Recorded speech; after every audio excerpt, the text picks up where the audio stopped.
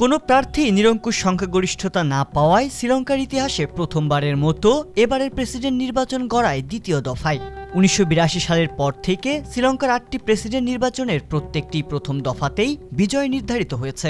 তবে ভিন্নতা এসেছে এবারের নির্বাচনে। দেশটির নির্বাচন কমিশন বলছে শ্রীলঙ্কার ইতিহাসে সবচেয়ে শান্তিপূর্ণ নির্বাচন ছিল এটি। প্রথম দফায় নির্বাচনী লড়াইয়ে থাকা কোনো প্রার্থী ৫০% ভোট অর্জন করতে পারেনি। এরপর দ্বিতীয় দফায় ভোট গণনা করে শ্রীলঙ্কার নির্বাচন কমিশন ন্যাশনাল পিপলস পাওয়ার বা এনপিপি জোটের প্রার্থী অনুরা কুমারা দিশানাইকে বিজয়ী ঘোষণা করে।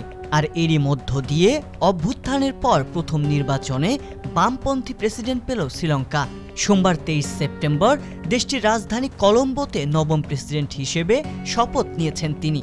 ৫৫ বছর বয়সী জনতা বিমুক্তি পেরামুনার প্রধান অনুরা কুমারা দিশানাইকে ২০১৯ সালের নির্বাচনে মাত্র ৩% ভোট পেয়েছিলেন। তবে ২০২২-এর অভ্যুত্থান ও পরবর্তী সময়ে নিজের দুর্নীতিবিরোধী প্ল্যাটফর্ম ও দরিদ্রবান্ধব নীতির কারণে জনসাধারণের তুমুল সমর্থন বাড়ায় সেই ৩%-এর জনপ্রিয়তা দিশানাইকে পৌঁছে দিয়েছে শ্রীলঙ্কার মসনদ পর্যন্ত।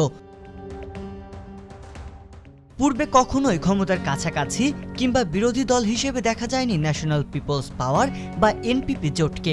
২৫৫ সদস্যের শ্রীলঙ্কার পার্লামেন্টে এই জোটের আসন সংখ্যা ছিল মাত্র ৩টি। তবে গণ অভ্যুত্থানের আন্দোলন থেকেই সক্রিয় ছিল দিশানাইকের দল জনতা বিমুক্তি পেরামুনা। আন্দোলনের পর দলটি বৃহত্তর পরিবর্তনের ডাক দেয়। সামাজিক ন্যায় বিচার ও দুর্নীতির বিরুদ্ধে দলটির অনড় অবস্থান নাগরিকদের আকৃষ্ট করায় দল তো বটেই, ব্যক্তি দিশানাইকও সবার আস্থাভাজন হয়ে উঠতে থাকে। গত শতকের ৭০ ও ৮০-র দশকে মার্ক্সবাদে অনুপ্রাণিত দুটি বিদ্রোহের নেতৃত্ব দিয়েছিল জনতা বিমুক্তি পেরামুনা।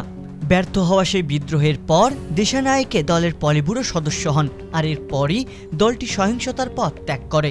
বিশ্লেষকেরা মনে করেন জনতা বিমুক্তি পেরামুনার সহিংসতার পথ থেকে সরে আসা ও দিশানাইকের প্রচেষ্টায় সমাজের বিভিন্ন অংশের মধ্যে একটি জোট গড়ে তুলতে পারায় মূলত তার জয়ের পথ তৈরি করে দিয়েছে।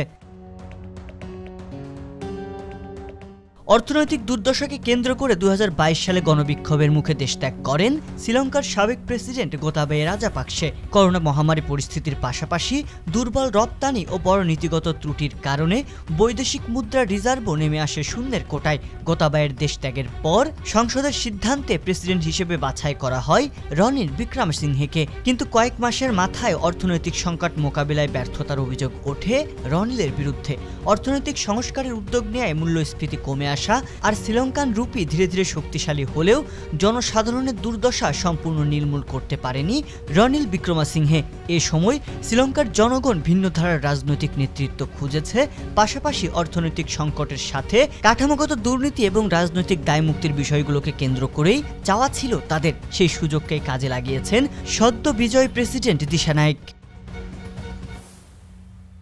সংবাদ, ফিচার ও অনুষ্ঠানের জন্য ভিজিট করুন সংবাদ প্রকাশের ওয়েবসাইট এবং যুক্ত থাকুন ফেসবুক পেজ ও ইউটিউব চ্যানেলের সঙ্গে।